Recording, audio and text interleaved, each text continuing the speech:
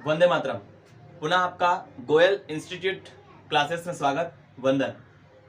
आज हम पढ़ेंगे क्लास 12 केमिस्ट्री के यूनिट सेकेंड सॉल्यूशन के अगले टॉपिक को। आज तीसरा पार्ट आपके बीच लेकर मैं आया हूं। आज हम मॉलिक्यूलर मास, आणविक द्रव्यमान, अणुभार कैसे निकाला जाए। किसी भी फार्मूले, किसी भी तत्व का परमाणु भार अपने को पता होना चाहिए, साथ में आपको परमाणु संख्या पता होना चाहिए। तो आज हम निकालना सीखेंगे अणुभार, आणविक द्रव्यमान, मॉलिक्यूलर मास। अणुभार या आणविक द्रव्यमान को कैपिटल एम से रिप्रेजेंट किया जाता है।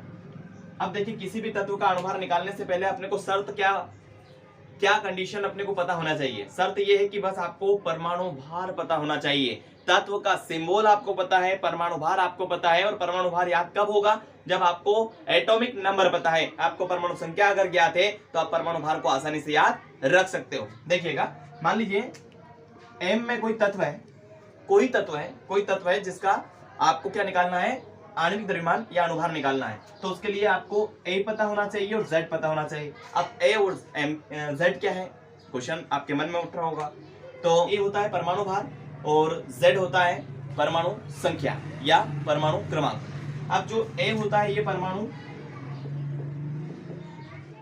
परमाणु भार या इसको बोल सकते हैं परमाणु द्रव्यमान।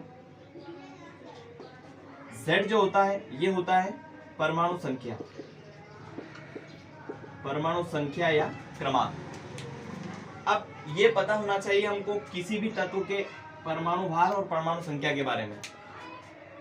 याद रखें, जो परमाणु भार होगा वो कुछ तत्वों का तो परमाणु क्रमांक को डबल करोगे आप, दुगना कर दोगे तो ऑटोमेटिक परमाणु भार निकल के आ जाएगा। फॉर एग्जांपल देख लेते हैं अपन।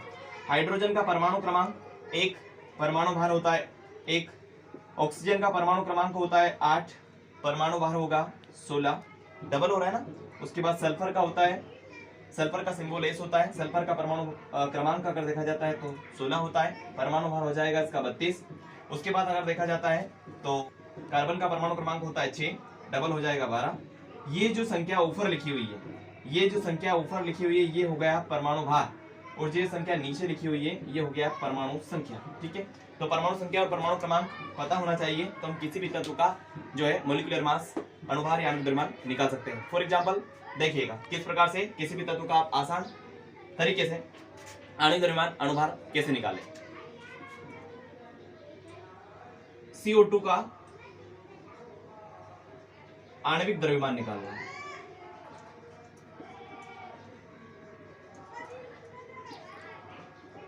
क्या होगा? अणुभार क्या होगा?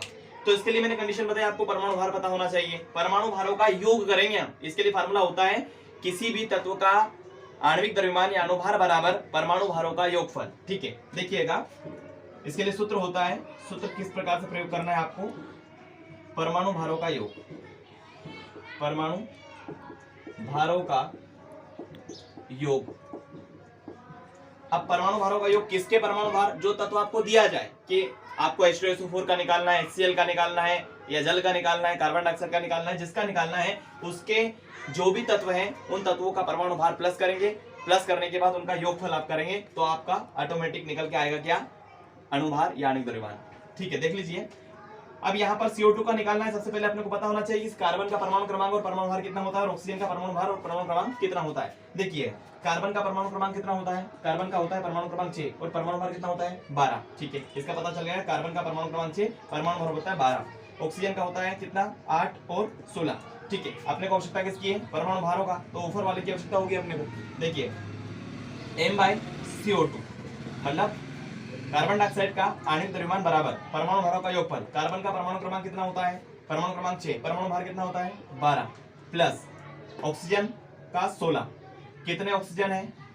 उसका क्या करेंगे? गुणा कर देंगे, मल्टीप्लाई करेंगे। देखिएगा ऑक्सीजन कितने हैं? 2 का गुणा किया तो M/CO2 12 प्लस 16 32। ठीक है, M/CO2 2 2 4 और 3 और 1 4 44 44। ये निकल के आया है कार्बन डाइऑक्साइड का क्या निकल के आया है? अणुभार या आणविक द्रव्यमान निकल के आया है। सेकेंड एग्जांपल अगर हम देखें, H2O जल का अणुभार निकाल के देखें तो पता हो हाइड्रोजन प्लस ऑक्सीजन 2 तत्व जुड़े हुए हैं, दोनों का आपको परमाणु भार पता होना चाहिए। निकालते हैं। H2O, जल का अणुभार आणविक द्रव्यमान बराबर परमाणु भारों का योगफल।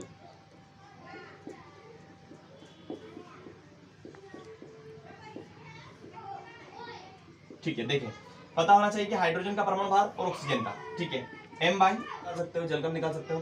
तो H2O जल, जल का क्या होगा देखिएगा, हाइड्रोजन कितना, हाइड्रोजन 2 जुड़े हुए हैं, लेकिन उसका परमाणु भार कितना होता है हाइड्रोजन का 1 होता है, ऑक्सीजन का 8 16 होता है। ठीक है, देखिए तो 1 इंटू कितने हाइड्रोजन, 2 हाइड्रोजन जुड़े हुए हैं। ठीक है, 2 हाइड्रोजन 2 का इंटू किया, प्लस ऑक्सीजन, ऑक्सीजन का कितना होता है 16 होता है। ठीक है, m बाई H2O जल का अणुभार आणविक द्रव्यमान बराबर 2 + 16 कितना हो रहे हैं 18, m बाई H2O बराबर 18। जब भी जल का अणुभार पूछा जाए तो इस प्रकार से आपको निकालना आना चाहिए। ठीक है, न्यूमेरिकल क्वेश्चन, ये अभी आणविक द्रव्यमान अणुभार निकाल रहे हैं, इनकी आवश्यकता पड़ेगी अपने को बड़े बड़े न्यूमेरिकल क्वेश्चनों में। जो सांद्रता के आधार पर विधियां है, मोलर था, नॉर्मल था, फॉर्मल था, उनमें हम न्यूमेरिकल जब क्वेश्चन को लगाएंगे तब अपने को अणुभार निकालना आना चाहिए। तो इस टाइप से निकलेगा, देखिएगा। ठीक है, नेक्स्ट अगला एग्जाम्पल देख लेते हैं। ठीक है, नेक्स्ट तीसरा एग्जाम्पल देखिएगा, इसके बाद आपको लगाना है क्वेश्चनों को, न्यूमेरिकल क्वेश्चनों को, और अणुभार आणविक द्रव्यमान निकालना है। ठीक है, H2SO4 इसका अणुभार निकालेंगे, अणुभार या आणविक द्रव्यमान।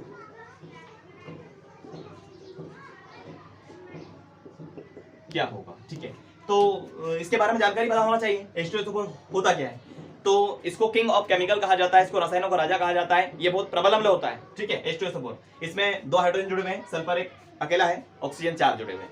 अब हाइड्रोजन, सल्फर और ऑक्सीजन तीनों का परमाणु भार पता होना चाहिए। ठीक है, पता होना चाहिए। तो आपको पता है हाइड्रोजन का परमाणु क्रमांक 1, परमाणु भार होगा 1। सल्फर का परमाणु क्रमांक होता है 16, परमाणु भार होता है 32। उसके बाद ऑक्सीजन का हमको अभी जस्ट किया हमने क्वेश्चन, 8 होता है परमाणु क्रमांक, और 8 का डबल हो जाएगा 16। ये हो गया हमारा क्या, इनके परमाणु क्रमांक और परमाणु भार। अब हम निकालेंगे m बाई H2SO4 का जो है क्या निकालना है अपने को निकालना है अणुभार या आणविक द्रव्यमान। तो परमाणु भारों का योग करेंगे, परमाणु भारों का योगफल, परमाणु भारों का योगफल करेंगे। तो m बाई H2SO4 बराबर कितने हाइड्रोजन, 2 हाइड्रोजन जुड़े, उससे पहले अपने को परमाणु भार निकला है। हाइड्रोजन का परमाणु भार होता है 1, इंटू करेंगे कितने हाइड्रोजन जुड़े हैं 2 हाइड्रोजन, प्लस सल्फर का परमाणु भार कितना होता है 32 होता है, प्लस ऑक्सीजन का कितना होता है 16, इंटू करेंगे किसका, कितने अणु जुड़े हुए हैं ऑक्सीजन के 4 जुड़े हुए हैं। ठीक है, देखिएगा m by H2SO4 2 × 2 plus 32 plus 16 64। ठीक है, m बाई H2SO4 प्लस कर देंगे सभी 2 32 34 34 64 98 98। ठीक है, तो H2SO4 का जब भी अणुभार या आणविक द्रव्यमान निकालना है तो इस तरीके से निकालना है। बहुत ही आसान तरीके से मैं आपको आणविक द्रव्यमान, अणुभार, मोलिकुलर मास निकालना सिखाया है। इन छोटे छोटे क्वेश्चनों को आपको करना बहुत जरूरी है, क्योंकि बड़े बड़े न्यूमेरिकल क्वेश्चन जब हम करेंगे तो उनमें आपको बहुत ज़्यादा इनकी आवश्यकता पड़ेगी। Thank you. अब नेक्स्ट पार्ट में अगले टॉपिक को लेकर आएंगे। अगर ये टॉपिक समझ में आया, अच्छा लगा, लाइक करें, शेयर करें, सब्सक्राइब करें। Thank you.